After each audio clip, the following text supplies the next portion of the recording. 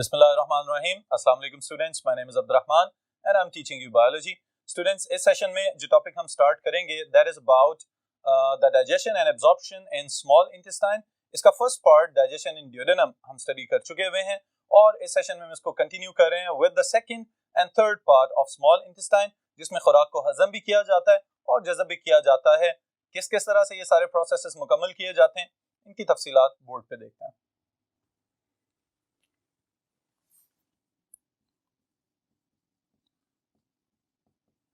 Today we will talk about the second part of the small intestine, it is jejunum, and then the third part of the small intestine, it is ileum. Alright students, अब सबसे पहले number पे यहाँ पे एक multiple choice question statement है, इसको मैं मेंशन करता चलूं बोर्ड के ऊपर. Jejunum is 2.4 meters long. Alright, that is about 2/5 of the length of the small intestine. And ileum, it is the longest part of the small intestine. It is 3/5 of the length of small intestine. Alright students, अब ये दोनों हिस्से जो small intestine के हमें नजर आ रहे हैं, jejunum and ileum. Okay, अब jejunum के अंदर खुराक को हजम किया जाता है. Alright, सबसे पहले मिसकंसेप्शन ये कि समटाइम्स ये समझा जाता है कि ड्यूडेनम के अंदर ही खुराक को हजम किया जाता है, बाकी दोनों हिस्सों में खुराक को जज़ब किया जाता है, जबकि ऐसा नहीं है. ऑलराइट, जेजुनम के अंदर भी खुराक को डाइजेस्ट किया जाता है और एब्जॉर्ब भी किया जाता है. इलियम के अंदर ज्यादा खुराक का हिस्सा जज़ब किया जाता है, लेकिन याद रखिएगा डाइजेशन का कुछ अमल वहां पे भी मुकम्मल किया जा रहा होता है. ऑलराइट, अब स्टूडेंट्स सवाल ये पैदा होता है कि ये जेजुनम और इलियम बाकी जो ड्यूडेनम वाला पार्ट था उससे मुख्तलिफ किस तरह से है. तो पहले हम इसका इंटरनल स्ट्रक्चर स्टडी करते हैं और फिर उसके बाद हम इनके फंक्शंस यानी कि कौन कौन सी चीजें इनमें जज़ब हो रही हैं उनको स्टडी करेंगे. The first thing is the structure और एनाटॉमी के अंदरूनी साख कैसी है इसकी. ऑलराइट स्टूडेंट्स, तो स्ट्रक्चर के एतबार से मैं बताता चलूं कि the outer most covering is connective tissue again. Alright, फिर उसके बाद इसके अंदर मसल्स होते हैं और जो इनर मोस्ट लेयर है वहां पे इनफोल्डिंग्स मौजूद होती हैं और यहीं से हमारा मल्टीपल चॉइस क्वेश्चन स्टेटमेंट का आगाज होगा कि द इनफोल्ड्स इनर सरफेस हैव इनफोल्ड्स और infoldings known as crypts. Alright, ये जो गड़े या अंदर की तरफ को धंसे हुए स्ट्रक्चर्स आपको नजर आ रहे हैं, इनको स्टूडेंट्स हम कहते हैं क्रिप्ट्स. ऑलराइट, ये छोटी छोटी नालियां हैं, छोटी छोटी ग्रूव्स हैं स्मॉल इंटेस्टाइन की दीवार के अंदर. ऑलराइट, और इनका टेक्निकल नाम क्या है? इनको समटाइम्स कहा जाता है crypts of Lieberkühn. Alright students, तो ये याद रखिएगा मल्टीपल चॉइस क्वेश्चन स्टेटमेंट के लिए, ये मैंने यहाँ पे मेंशन किया. फिर उसके बाद इसके ऊपर अगर हम गौर करें तो हमें तौलिए जैसी अपीयरेंस नजर आती है, या थोड़ा सा और टेक्निकल वर्ड्स में हम कहें तो वेलवेटी अपीयरेंस नजर आती है. ऑलराइट, अगर आपने कुर्बानी के वक्त किसी जानवर की ओजरी की अपीयरेंस देखी हो तो आपको इसको उसके साथ रिजेंबल करने में ज्यादा वक्त नहीं लगेगा. बिल्कुल उसी तरह जैसे वहां पे ओजरी वाली अंदरूनी सरफेस के ऊपर आपको आउटग्रोथ्स या वेलवेटी अपीयरेंस नजर आती है, बिल्कुल इसी तरह जैसे टॉवल की सरफेस होती है कि धागे धागे बाहर निकले हुए होते हैं, यहाँ पे भी उसी तरह के स्ट्रक्चर्स उभार की सूरत में बाहर निकले हुए फील होंगे. ऑलराइट, और इन फिंगर लाइक प्रोजेक्शंस को हम कह सकते हैं villi. Alright students, what are villi? The surface, inner surface की बात हो रही है ऑफ intestine. all right, कौन सी साइड? ल्यूमन, अंदरूनी side. possess very small finger like projections.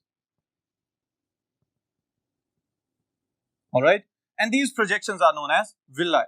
all right students, याद रखिएगा कि ये जो आपको क्रिप्ट्स नजर आ रही हैं, क्रिप्ट्स को थोड़ा सा अगर हम जूम करके देखें तो इनके ऊपर हमें प्रोजेक्टेड स्ट्रक्चर्स नजर आ रहे हैं. ये जो उंगलियों की तरह के उभार नजर आ रहे हैं या तौलिए की तरह की अपीयरेंस हमें नजर आ रही है, दीज आर विलाई, ऑलराइट। और विलाई भी इतने सिंपल स्ट्रक्चर्स नहीं है जितने के नजर आ रहे हैं। जब हम इनको इलेक्ट्रॉन माइक्रोस्कोप के नीचे देखते हैं तो हमें इनके अंदर और ज्यादा कॉम्प्लिकेटेड स्ट्रक्चर्स भी नजर आ सकते हैं। इवन के कंपाउंड माइक्रोस्कोप के नीचे देखने में भी 3 अलग-अलग से बड़े स्ट्रक्चर्स नजर आते हैं, जिनको मैं अभी यहाँ पे मेंशन करने जा रहा हूँ, ऑलराइट। विलाय का अगर हम स्ट्रक्चर फर्दर स्टडी करें तो स्टूडेंट्स याद रखिएगा इनके अंदर क्या मौजूद है। They contain blood vessels, alright, and these are capillaries. इतना छोटा स्ट्रक्चर है तो इसके अंदर कैपिलरीज मौजूद होंगी, ताकि वो खुराक जो स्मॉल इंटेस्टाइन के अंदर हजम की जा चुकी है अब बहुत ज्यादा मजीद छोटे ज़रात में कन्वर्ट हो चुकी है, तो उसको ब्लड के अंदर जज़ब कर लिया जाए और एब्जॉर्ब करने के लिए और सरफेस एरिया फॉर एब्जॉर्प्शन को इंक्रीज करने के लिए जो ब्लड वैस्कुलर सिस्टम है या सर्कुलेटरी सिस्टम है उसके पास जो नेटवर्क है that is the network of capillaries, alright. तो कैपिलरी बेड यहाँ पे मौजूद होगा। फिर उसके बाद स्टूडेंट्स दूसरे नंबर पे एक और चीज मैं ऐड करने जा रहा हूं, these are known as lacteals, alright। what are lacteals? Vessels of lymphatic system। बिल्कुल इसी तरह कि जैसे ब्लड वैस्कुलर सिस्टम या सर्कुलेटरी सिस्टम के जो सबसे छोटे वेसल्स हैं दे आर कैपिलरीज, ऑलराइट। इसी तरह लिम्फेटिक सिस्टम के जो सबसे छोटी और बारीक नालियां हैं they are known as lacteals, alright. और लिम्फेटिक सिस्टम का काम क्या होता है, वो तमाम चीजें जो ब्लड वैस्कुलर सिस्टम से बाहर जा चुकी हैं या बॉडी के सेल्स में से निकल के बाहर ओपन स्पेस में पड़ी हुई हैं उनको दोबारा से जज़ब करना और वापस सर्कुलेटरी सिस्टम में दाखिल करवा देना। इसके अलावा और भी उसके इम्यूनिटी वगैरह में फंक्शंस हैं, इसको इंशाअल्लाह ताला हम चैप्टर नंबर 14 में स्टडी करेंगे और ज्यादा डिटेल के साथ। फिर उसके बाद स्टूडेंट्स थर्ड कंपोनेंट में यहां पे ऐड करने लगा हूं, and that is epithelial lining, alright. और इस एपिथेलियल लाइनिंग के अंदर जो एपिथेलियल सेल्स हैं they are most important, okay. क्यों मैं इसको कह रहा हूं कि दे आर मोस्ट इंपॉर्टेंट, क्योंकि जब इनको फर्दर हम इलेक्ट्रॉन माइक्रोस्कोप के साथ देखते हैं तो हमें यहां पे एक और साख्त नजर आती है, और वो साख्त क्या कहलाती है, they are known as microvilli, alright students. और यहां पे एमडी कैट के लिए एक स्टेटमेंट मैं बोलता जाऊं आपके लिए, और वो क्या है, these microvilli they are revealed by electron microscope,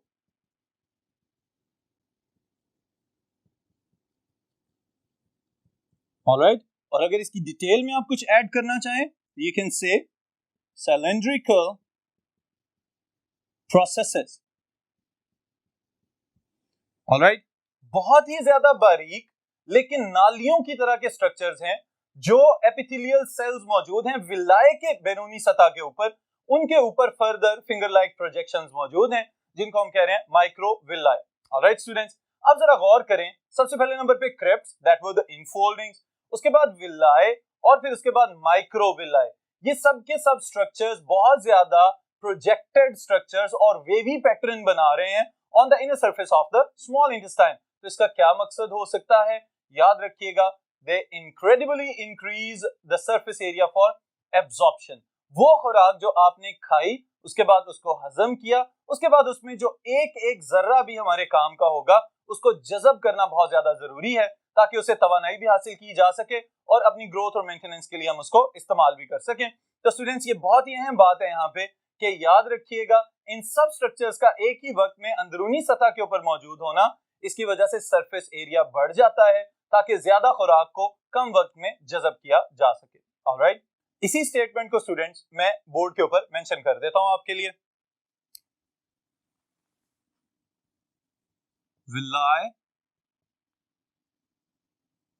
microvilli and crypts infoldings, okay. incredibly increase the surface area for absorption,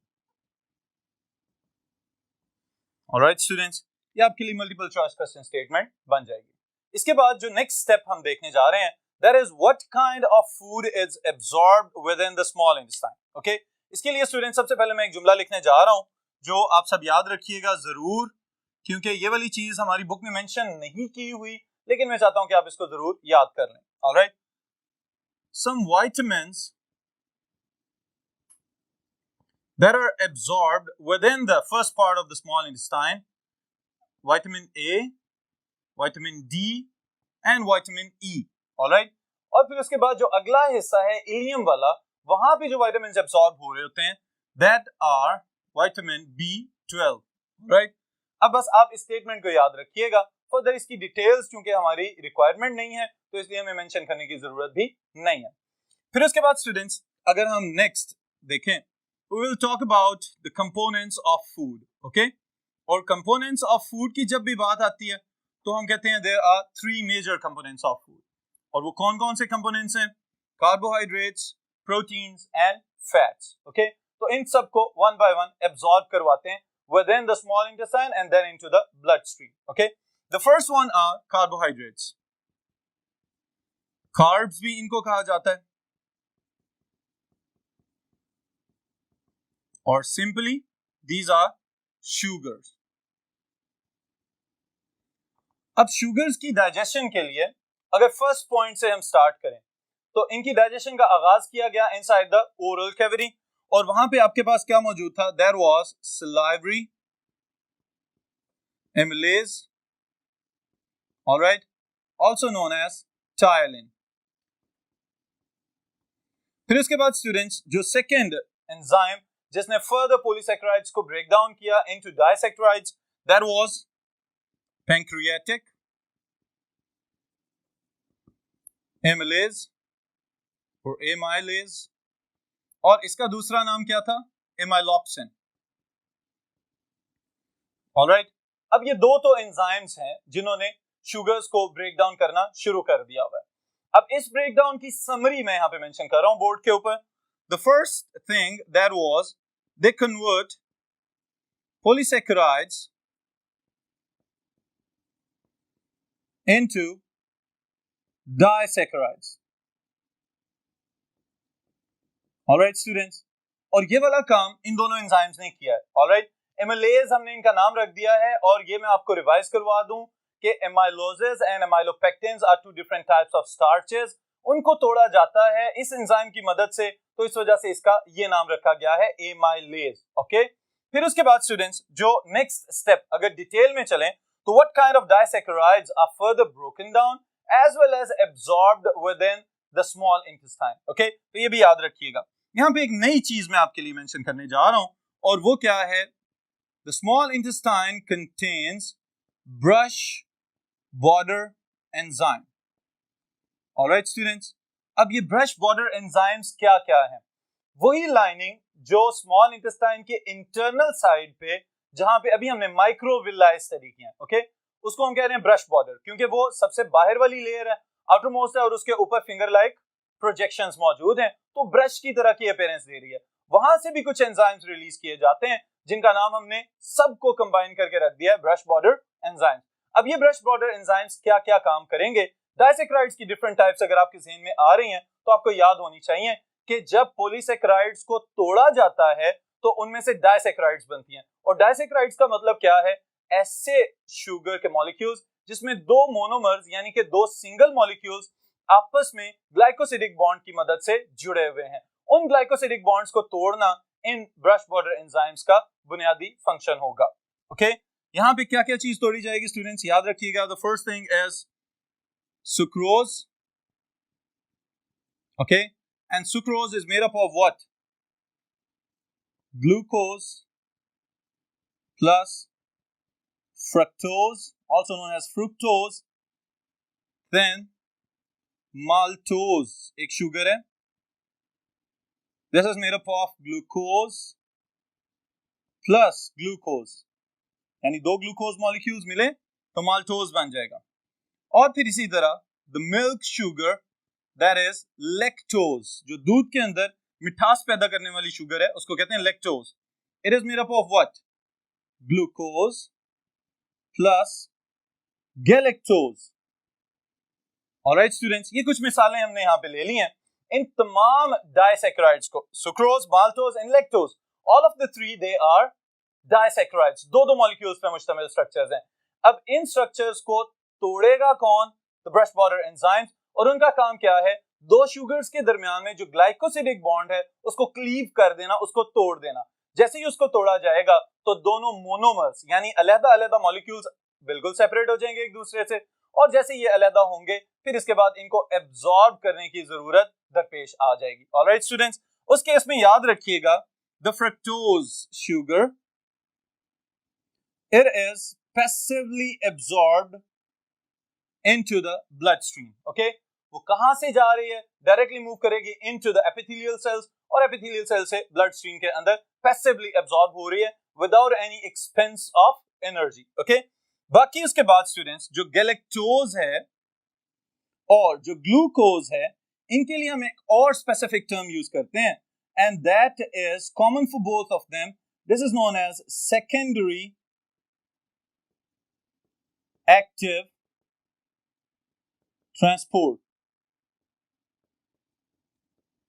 अब एक्टिव ट्रांसपोर्ट की टर्म तो हमने यहां पे इस्तेमाल कर दिया, इसका मतलब है किसी ना किसी सूरत में तवानाई खर्च होगी। ओके, अब यहां पे स्टूडेंट्स याद रखिएगा कि आयन ग्रेडियंट पैदा किया जाता है। For example sodium ion gradient पैदा किया जा सकता है कि आयंस मूव करें जब अपने हायर से लोअर कंसंट्रेशन की तरफ, तो वो इन शुगर्स को भी साथ ही लेके तो सेल्स के अक्रॉस या मेम्ब्रेन्स के अक्रॉस पास करवा दें, तो इस मूवमेंट को हम कहेंगे सेकेंडरी एक्टिव ट्रांसपोर्ट। तो आपके फौरन ज़हन में ये सवाल आना चाहिए कि प्राइमरी एक्टिव ट्रांसपोर्ट क्या होती है? तो प्राइमरी एक्टिव ट्रांसपोर्ट वो होती है स्टूडेंट्स जिसमें डायरेक्टली एडिनोसिन ट्राइफॉस्फेट का मॉलिक्यूल कन्वर्ट हो जाए इनटू एडिनोसिन डाइफॉस्फेट और अपने थर्ड फॉस्फेट को सेपरेट कर दे ताकि वहां से एनर्जी का इखराज हो सके और उस एनर्जी को इस ट्रांसपोर्ट में इस्तेमाल किया जाए। That is known as primary active transport. लेकिन यहाँ पे शुगर्स की ट्रांसपोर्ट में अभी मैंने एटीपी का जिक्र नहीं किया, यहाँ पे सेकेंडरी एक्टिव ट्रांसपोर्ट हो रही है या फिर पैसिव ट्रांसपोर्ट हो रही है।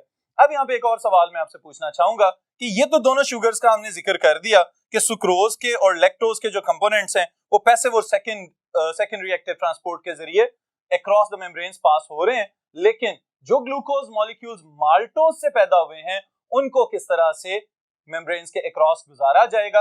इसका जवाब आप तलाश करें, कॉमन सेंस क्वेश्चन है, आप सोचें और फिर उसके बाद आप मुझे इसका जवाब जरूर बताइएगा। इसके साथ स्टूडेंट्स एक और एक्टिविटी चले मैं आपको बताता हूं जो आप लोग याद भी रख सकते हैं और फौरन उसका जवाब भी जरूर दीजिएगा। अब देखें, अगर हम ये गौर करें, ये मैं आपको प्रीवियस सेशन में बता चुका हूं कि किसी भी एंजाइम के नाम का पहला पार्ट उसका वो सबस्ट्रेट होता है जिसके ऊपर उसने एक्शन परफॉर्म करना है और उसके बाद हम उसके एंड पे एज लगा देते हैं एज अ सफिक्स। ओके, तो फिर हमें पता चल जाता है कि ये किसी एंजाइम का नाम है जो इस सबस्ट्रेट को तोड़ेगा। तो ये तीन डाइसैकेराइड स्टूडेंट्स हमने यहाँ पे मेंशन किए हैं। इन तीनों डाइसैकेराइड्स के लिए एंजाइम का नाम हम खुद से रखना शुरू कर देते हैं। अब पहली शुगर है दैट इज सुक्रोज। सुक्रोज को कौन तोड़ेगा? एंजाइम का नाम है सुक्रेज। ऑलराइट, इसी तरह माल्टोज के लिए इट इज माल्टेज। ऑलराइट, और लैक्टोज के लिए it is lactase. Alright students, तो याद रखिएगा कि बहुत सारे एंजाइम्स इसी प्रिंसिपल के तहत उनके नाम रखे गए हैं और आप भी अब ये नाम खुद से प्रपोज कर सकते हैं। फिर उसके बाद स्टूडेंट्स नेक्स्ट पार्ट है about the absorption of proteins, तो इसकी डिटेल भी देखते हैं। Now we will talk about proteins. All right.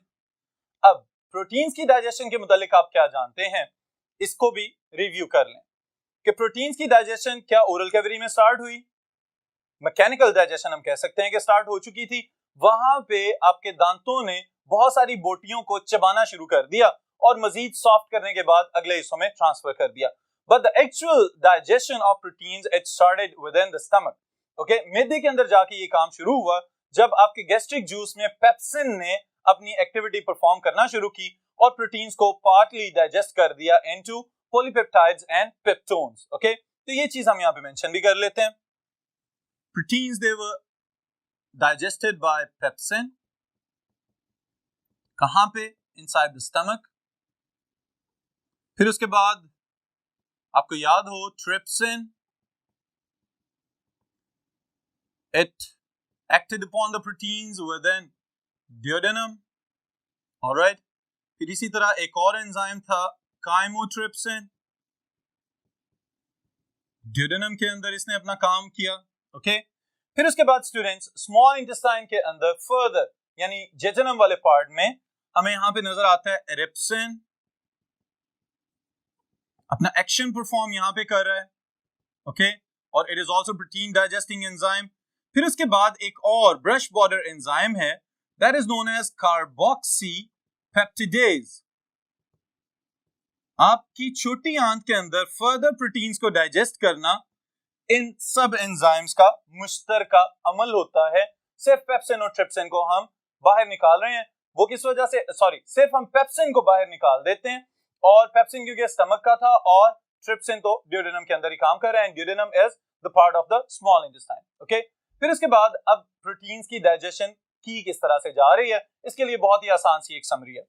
वो क्या समरी है स्टूडेंट्स, देखें, ये सब के सब एंजाइम्स जब मिलके काम करेंगे तो one by one proteins they will be broken down into polypeptides,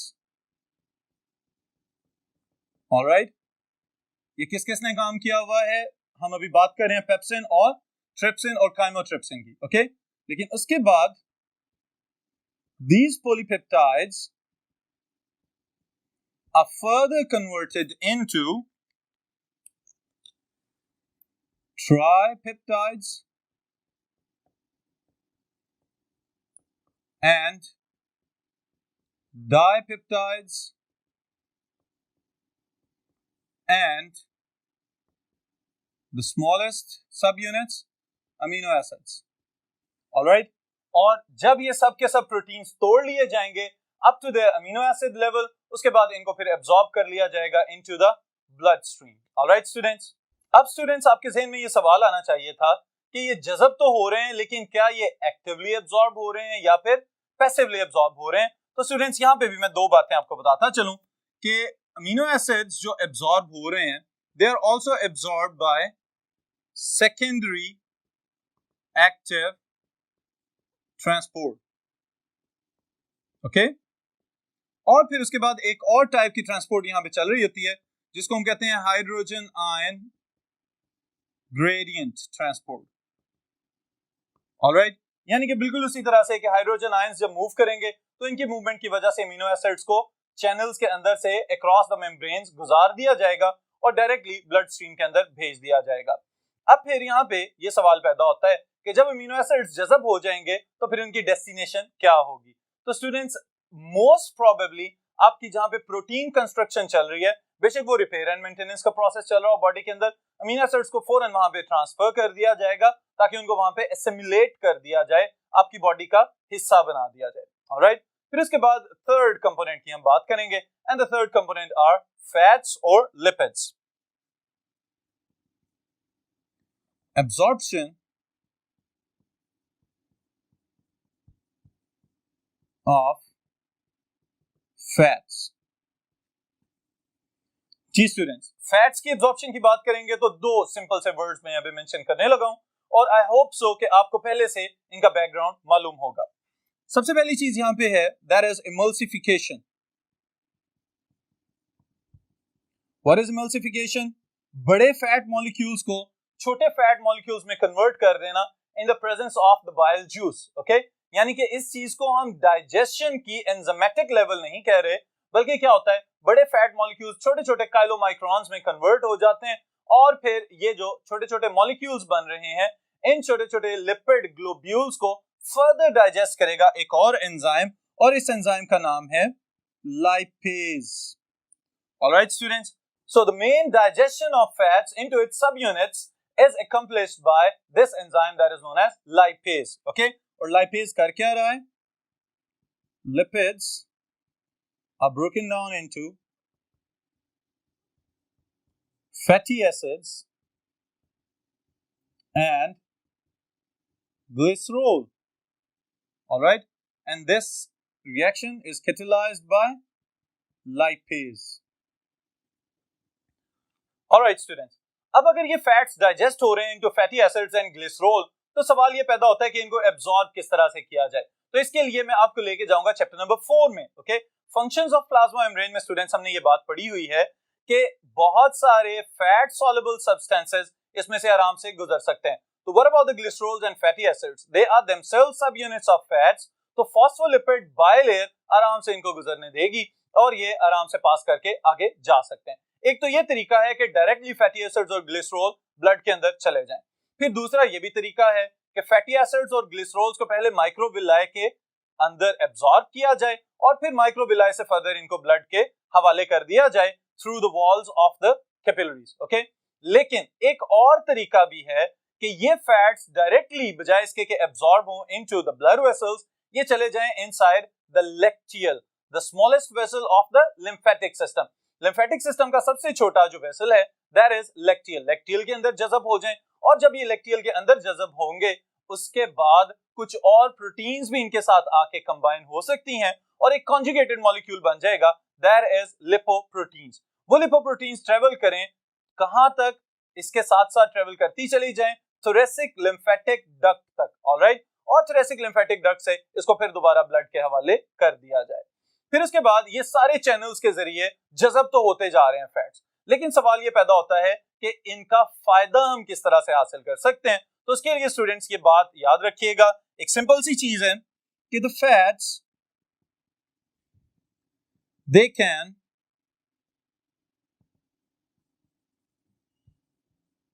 be used in respiration.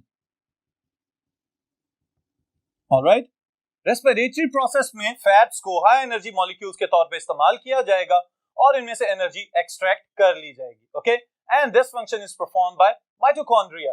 Mitochondria ना सिर्फ ग्लूकोज मेटाबॉलिज्म में इन्वॉल्व है बल्कि साथ ही साथ ये याद रखिएगा कि लिपिड मेटाबॉलिज्म के अंदर भी उसका बहुत अहम किरदार है एनर्जी एक्सट्रैक्शन के लिए। ओके, फिर उसके बाद स्टूडेंट्स एक और काम जो कि बहुत ज्यादा नुकसानदेह है और वो क्या है, fats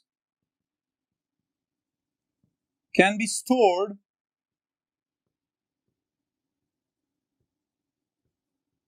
under the skin or it can be stored in liver. Okay, और ये भी पॉसिबल है कि वो soluble फैट्स की फॉर्म में आपकी ब्लड स्ट्रीम के साथ साथ सर्कुलेट करता रहे। ओके, अब स्टूडेंट्स ये बात तो हमें समझ में आती है कि फैट्स हाई एनर्जी मॉलिक्यूल्स हैं तो उनसे एनर्जी एक्सट्रैक्ट कर ली जाए तो फायदा है, लेकिन अगर फैट्स बॉडी के अंदर बहुत ज्यादा स्टोर होना शुरू हो जाएं तो एडिपोज टिश्यू में कंट्रीब्यूट करना शुरू करेंगे और ये जो चर्बी हमारी जिल्द के नीचे एक नेचुरल लेयर मौजूद होती है फैट्स की, अगर यहाँ पे एक्सेसिव फैट्स यानी कि जरूरत से ज्यादा चर्बी इकट्ठी होनी शुरू हो जाए तो इसका मतलब ये है कि हमें अपना लाइफस्टाइल चेंज करने की जरूरत है, एक्सरसाइज करते रहें और अपनी फिजिकल रूटीन को फिजिकल फिटनेस में बदलें। अगर ये फैट्स बहुत ज्यादा देर के लिए लिवर के अंदर या बॉडी के दूसरे ऑर्गन्स के अंदर एक्यूमुलेट होना शुरू हो जाएं, स्पेशली अगर हार्ट के इर्द गिर्द ब्लड वेसल्स के अंदर एक्यूमुलेट होना शुरू हो जाएं, तो फिर ओबेसिटी यानी कि मोटापा और फिर मोटापे के बाद इसके जो आफ्टर इफेक्ट्स होंगे उसमें हार्ट अटैक और हाई ब्लड प्रेशर जैसी बीमारियों में मुब्तला हो सकते हैं। ऑलराइट, तो इन फैट्स को फौरी तौर पे बर्न आउट करना बहुत ज्यादा जरूरी है, तो अपनी लाइफ्स के अंदर या अपने लाइफस्टाइल्स के अंदर एक्सरसाइज को जरूर शामिल कर लें। ऑलराइट स्टूडेंट्स, फिर उसके बाद आखिरी पार्ट और आखिरी बात स्मॉल इंटेस्टाइन के लिहाज से मैं सिर्फ यहाँ पे एक वर्ड मेंशन कर रहा हूं, this is known as ileocolic sphincter. अब इसके नाम से आपको अंदाजा हो जाएगा कि स्फिंक्टर है तो it is a ring of muscles. Okay, muscles का एक ऐसा रिंग है जो कि गेट का काम करेगा। जैसे ही स्मॉल इंटेस्टाइन के अंदर तमाम प्रोसेसेस को मुकम्मल कर दिया जाए उसके बाद ये स्फिंक्टर मसल्स रिलैक्स होंगे और वो डाइजेस्टेड और अनडाइजेस्टेड खुराक जो यहाँ से पास होके आगे जा रही है उस खुराक को फर्दर लार्ज इंटेस्टाइन के हवाले कर दिया जाएगा। ओके स्टूडेंट्स, फिर इसमें एक और छोटी सी बात मैं ऐड कर दूं, बिल्कुल इसी तरह जैसे पार्शियली डाइजेस्टेड फूड जो स्टमक में से निकल रहा था that was known as chyme. Okay, इसी तरह यहाँ पे एक मिल्की व्हाइट लिक्विड बनता है that is due to the presence of the fats, और एक टर्म में यूज कर रहा था chylomicrons. Okay, these are the smaller molecules of fats और पार्टली डाइजेस्टेड फैट्स। तो इसकी वजह से जो एक मिल्की व्हाइट लिक्विड यहाँ पे हमें नजर आएगा that is known as chyle. Okay, chyme की तरह chyle, but this is due to the fats. Okay, फिर इसके बाद स्टूडेंट्स एक जनरल नॉलेज की बात आपके लिए बहुत ज्यादा फायदेमंद हो सकती है, ये वाली चीज कि बाज़ औक़ात बच्चों में दूध को हजम करने वाले एंजाइम्स एब्सेंट होते हैं। ओके, अभी मैंने आपको एक एंजाइम का नाम बताया था जो कि मिल्क शुगर को डाइजेस्ट कर रहा था, दैट इज लैक्टेज। ओके, अब जब ये एंजाइम नहीं होगा तो इसका मतलब है कि वो प्रॉपर्ली लैक्टोज शुगर को डाइजेस्ट नहीं कर सकेंगे, जिसकी वजह से उनके अंदर इंटेस्टाइनल गैस डेवलप होना शुरू हो जाती है। फिर इसी तरह से कुछ बड़े लोगों के अंदर जिनकी एज ज्यादा हो चुकी होती है, मुसलसल बैठे रहने की वजह से या उनके अंदर जो ब्रश बॉर्डर एंजाइम्स हैं वो जब प्रॉपर्ली सिक्रीट नहीं होते या वक्त पे रिलीज नहीं होते तो उस सूरत में बैठे बैठे उनके पेट में भी गैस पैदा हो सकती है। तो इसकी बुनियादी वजह क्या है? Absence of the enzymes that will digest the milk sugar, again the lactose. Okay, तो लैक्टोज को डाइजेस्ट करने वाले एंजाइम्स जिन लोगों में मौजूद हैं वो अपना काम सही तरीके से करते हैं और इस किस्म की डिस्कम्फर्ट वाली सिचुएशन में मुब्तला नहीं होते। लेकिन जहां पे ये प्रॉपर्ली प्रोड्यूस ना हो रहे हो फिर उनको इस किस्म के मसाइल का सामना रहता है। ऑलराइट स्टूडेंट्स, तो यहीं पे आज की सेशन को हम खत्म कर रहे हैं, फिर उसके बाद इंशाल्लाह ताला नेक्स्ट टॉपिक के साथ नेक्स्ट सेशन में